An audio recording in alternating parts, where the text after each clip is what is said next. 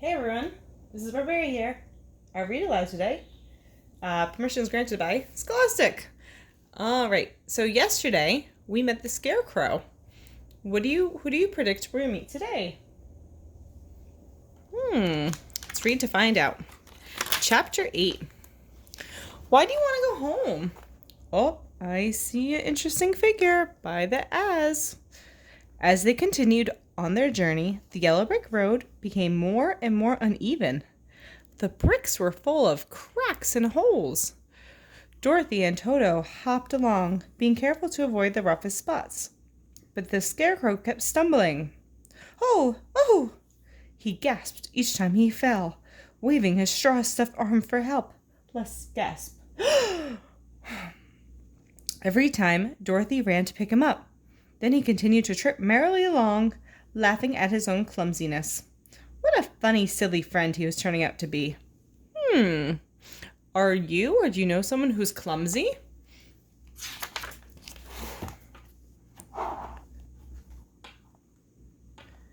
After a long walk, the trio, because it's Dorothy, Scarecrow, and Toto, stopped along the side of the road to have a snack. The Scarecrow was the only one who didn't eat, since his stomach was full of straw. He never got hungry. While they rested, Dorothy told him about Kansas and her life on the prairie. "Why do you want to go back there?" the Scarecrow asked. "It sounds like Kansas is awfully flat and dull compared to the beauty of Oz." Dorothy sighed. Let's sigh. "Oh, but Kansas is where my home and my family are. No place is more beautiful than your home." The Scarecrow shook his head and shrugged. How would you shrug? See, you can tell I don't have a brain. If I did, I would probably understand that. What do you think? Is no place more beautiful than your home? As they walked, the countryside around them became barren and empty. When evening fell, the three friends found themselves at the edge of a vast, means big and thick, forest. Dorothy couldn't see much of anything, but the Scarecrow offered her his arm for support. "I can see in the dark," he exclaimed. Stumbling a bit, Dorothy and the Scarecrow entered the woods arm in arm, with Toto close behind. "Look," the Scarecrow said, pointing. "A cabin. Should we stop?" "Oh, yes. I am mouse-tastically tired," Dorothy replied with a yawn. Let's yawn.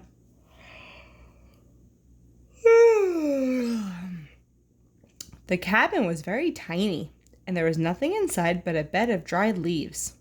Dorothy and Toto lay down and fell asleep immediately. The Scarecrow, who was never tired, stood watch over his new friends and waited for dawn. Remember what time is dawn? Is it right in the morning or the evening? The morning. To pass the time, he examined a strange, rusty can that had been abandoned in one corner. What could it be? What is that clue?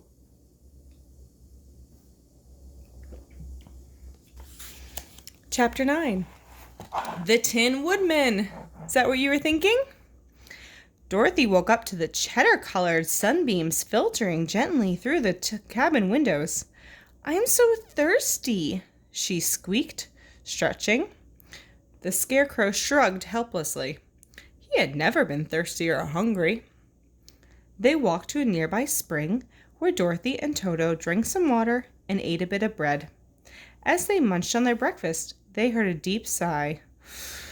"Oh, holy cheese! What was that?" They looked around, but didn't see anything strange. A few moments later, they heard the same voice moaning, "Oh, oh." Dorothy turned and noticed something sparkling in the sunlight. As she went for a closer look, her whiskers wobbled and her jaw dropped in surprise. Next to the trunk of a large felled tree, there was a woodman with an axe raised high in the air. But this was no ordinary woodman. He was made of tin, and it looked like he was stuck. His head, arms, and legs were welded to his body, and they all seemed very stiff. Have you ever felt like your body being stiff? Maybe if you sat too long in one position or stood too long? This is a good time for a quick stretch. Toto started barking, but Dorothy and the Scarecrow bravely walked up to the Tin Woodman. "Were you moaning?" asked Dorothy. "Yes, that was me," the Tin Woodman muttered through his tight jaw. A sob, remember sob is crying, rumbled in his metal chest. Ooh, look at this picture. We have Dorothy, the Scarecrow. Look at Toto's face. And the Tin Man.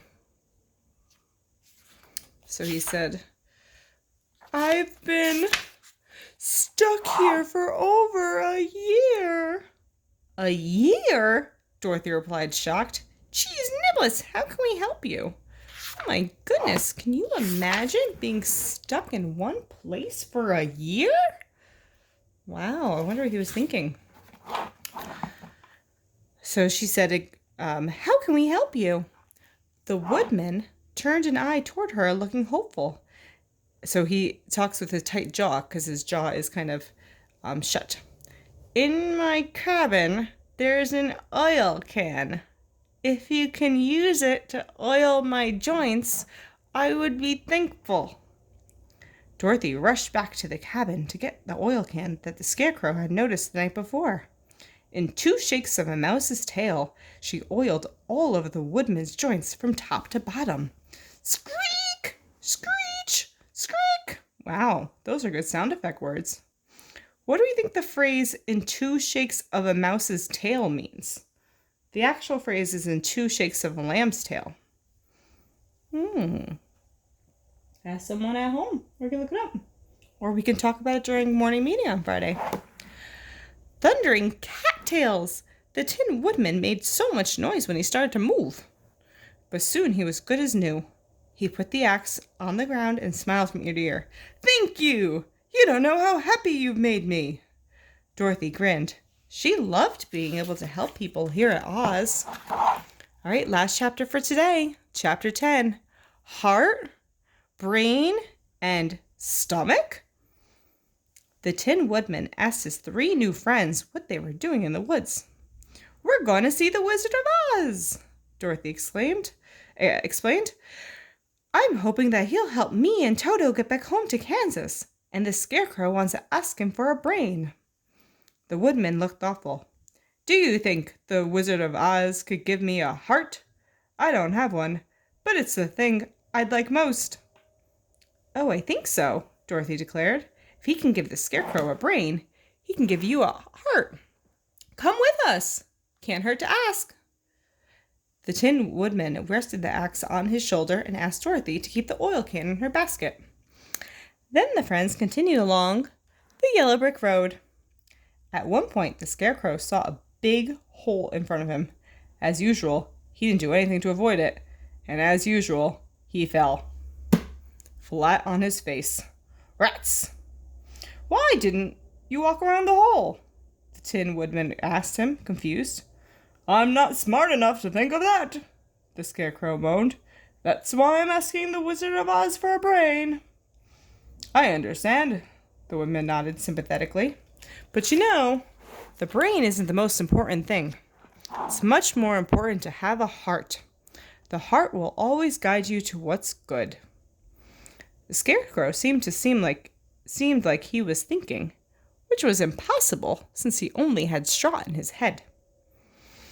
"Well, you know what I say," he finally declared. "I want a brain, because a fool wouldn't even know what to do with a heart." "I'd still prefer the heart," the Woodman replied, "because a brain can't make a person happy." Dorothy had to admit, they both made good points. But something else was worrying her.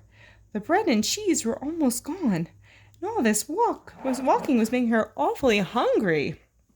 She would give anything for a mozzarella milkshake. Ooh, we don't drink mozzarella milkshakes, but what kind of milkshake would you like? The Scarecrow and Tin Woodman didn't need to eat, but she wasn't made of straw or tin. Dorothy wasn't thinking of her heart or her brain anymore. just her rumbling stomach. End of chapter 10. Thank you for listening, boys and girls.